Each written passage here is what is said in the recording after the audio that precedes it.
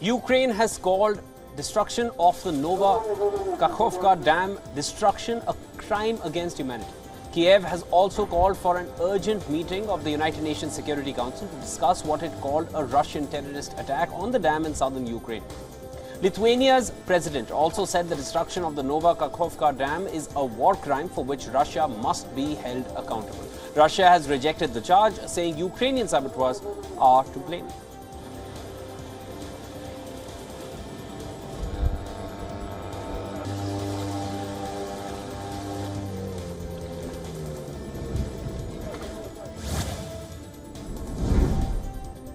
Dozens of evacuees on an island in the Dnieper River scurried onto tops of military trucks or into rafts to flee rising floodwaters caused by the breach of the Kakhovka Dam.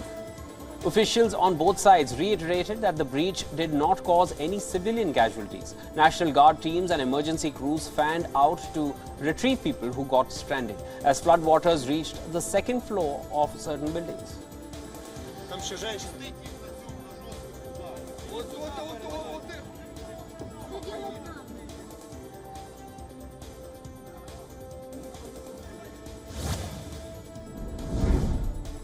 The US envoy for Western Balkans has urged de-escalation in Kosovo following violence with ethnic Serbs that left 30 peacekeepers and 50 civilians injured.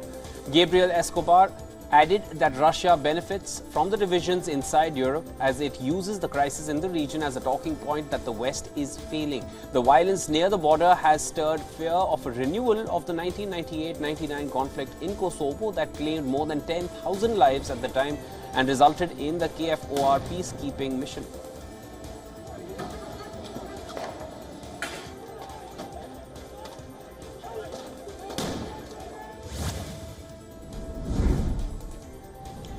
UK Prime Minister Rishi Sunak visits Virginia's Arlington Cemetery to pay respect to those fallen. Sunak is on his first state visit to the United States. Sunak will meet President Joe Biden, politicians in Congress, as well as business leaders. Sunak was welcomed by US Chief of Protocol and US British Ambassador. As per the British government, Sunak will advocate a deepening of economic security ties between the two nations.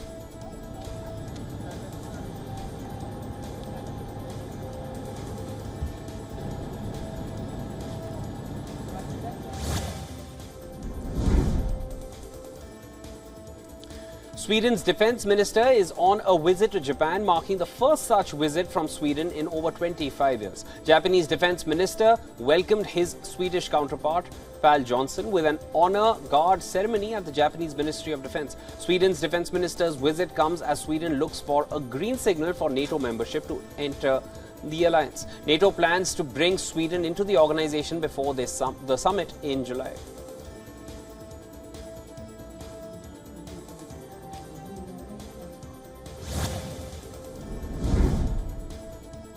A real estate deal in Jerusalem's Old City, at the epicenter of the Israel-Palestinian conflict, has sent the historic Armenian community there into a panic.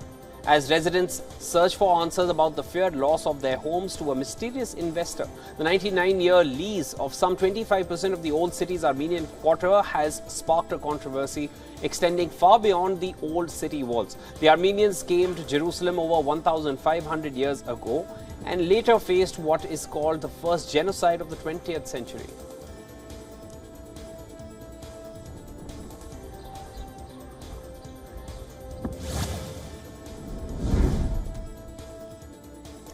United Nations judges have declared an elderly Rwandan genocide suspect unfit to continue standing trial given his dementia.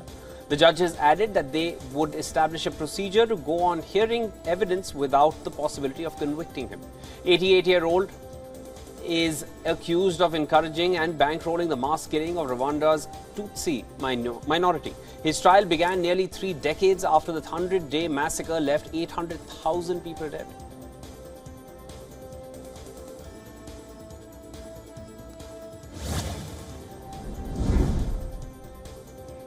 India's cabinet has approved a nearly $11 billion revival package for Bharat Sanchar Nigam Limited (BSNL). The development comes days after BSNL partnered with top software company Tata Consultancy Services to help deploy 4G network across the country at a time when larger rivals were rolling out next-generation 5G network. Debt-laden BSNL, grappling with poor infrastructure, has been posting losses for the past 12 years.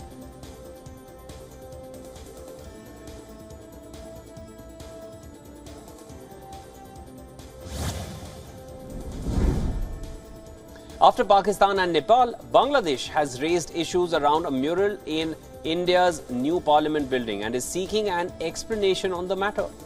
The mural has been referred to by some ruling party leaders as a representation of Akhand Bharat, or unified India, that includes parts of several neighboring countries. These remarks did not go down well with political leaders in Nepal, Pakistan and Bangladesh. Questions have been raised around intentions behind the mural.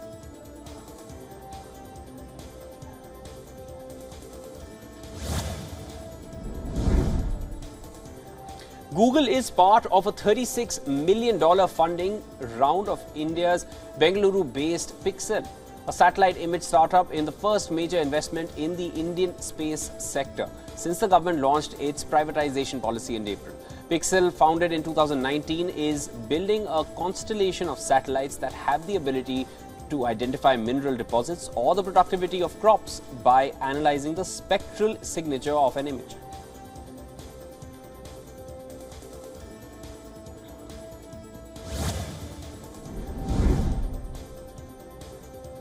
European Union's vaccine watchdog has warned that COVID-19 continues to remain a threat even though it is no longer a global health emergency.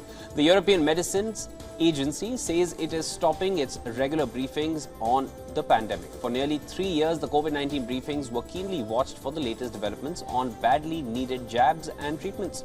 But the Amsterdam-based regulator said it would keep up its work on jabs for new variants of the disease, which has killed millions of people and wreaked economic havoc across the globe.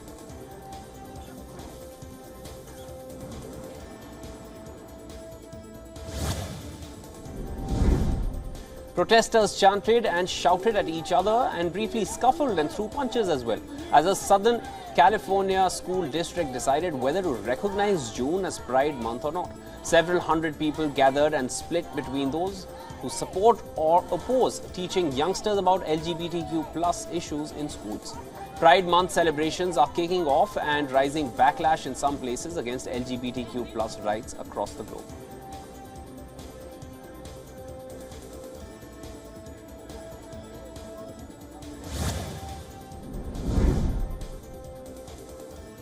Peru's President Dina Boluarte was questioned by prosecutors for 3 hours on Tuesday in connection to dozens of deaths in anti-government protests following the ouster of former President Pedro Castillo late last year. Boluarte is being probed for the alleged crimes of genocide, aggravated homicide and serious injuries for the deaths of 67 people. The president denies the charges and claims that protesters acted violently.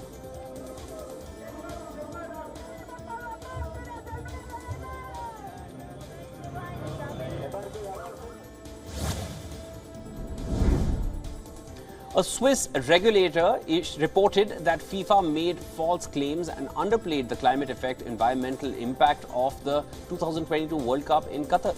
FIFA marketed the tournament as being carbon neutral, which the Swiss Fairness Commission found to be misleading claims according to their investigations. Now, the commission advised FIFA to abstain from making unsubstantiated claims in future.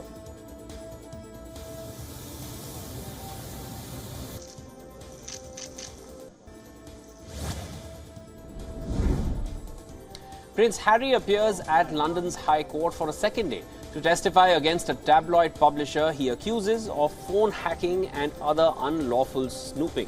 Prince Harry's historic showdown exposed his deep suspicions of the press, but offered little concrete evidence to support accusations of phone hacking. The Duke of Sussex became the first senior member of the royal family to testify in court in 130 years.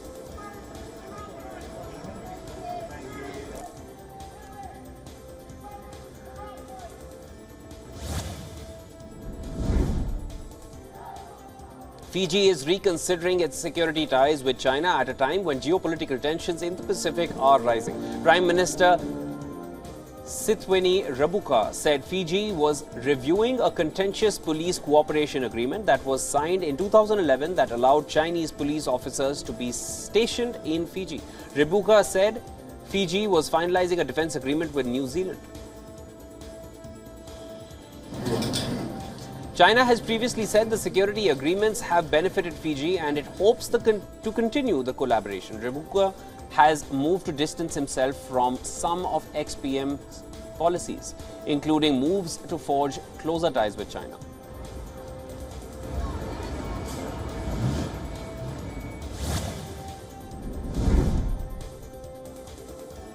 Pope Francis appeared at his weekly general audience before leaving for a hospital in Rome for an intestine surgery. He underwent a checkup procedure a day before. The Pope is undergoing what the Vatican said was a laparotomy, an abdominal wall plastic surgery to treat a recurrent, painful and worsening constriction of the intestine.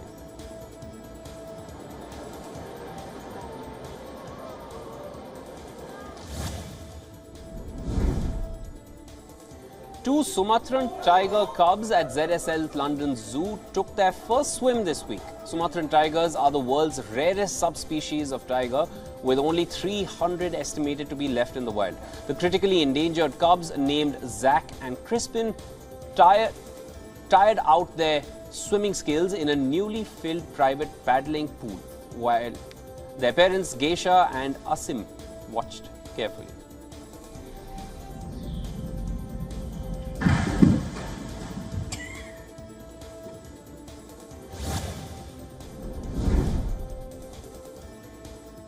Sanmin Senior High School in Taiwan's southern city of Kaohsiung recently installed an airsoft gun shooting range.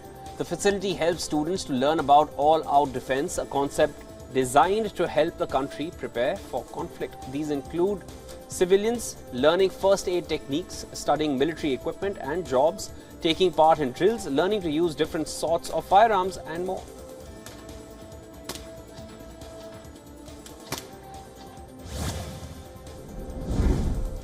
The United Nations body UNESCO says the Australian government will spend $3 billion safeguarding the Great Barrier Reef. UN warned that without rapid and sustained climate action, the world's largest coral reef would be in peril. The 7-year program makes commitments on pollution, gillnet fishing and climate change. This comes as the United Nations will celebrate World Oceans Day on May 8th. Amid efforts to develop the first international legally binding treaty on plastic pollution, including in the marine environment.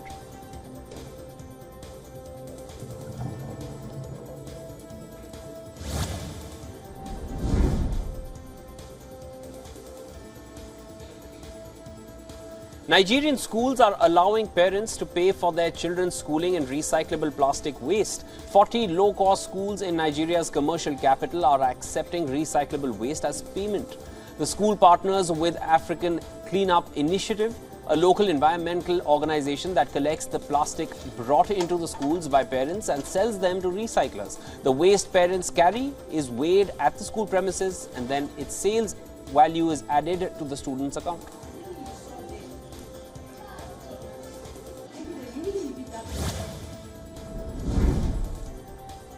An air quality alert has been triggered in the United States as wind is carrying smoke from the Canadian wildfire that has spread from the western province to Quebec. The U.S. Environmental Protection Agency issued a poor air quality alert for New England a day after parts of Illinois, Wisconsin and Minnesota received a similar advisory. Last week, U.S. officials from Maryland, Baltimore, Virginia and Pennsylvania reported being impacted by the wildfires.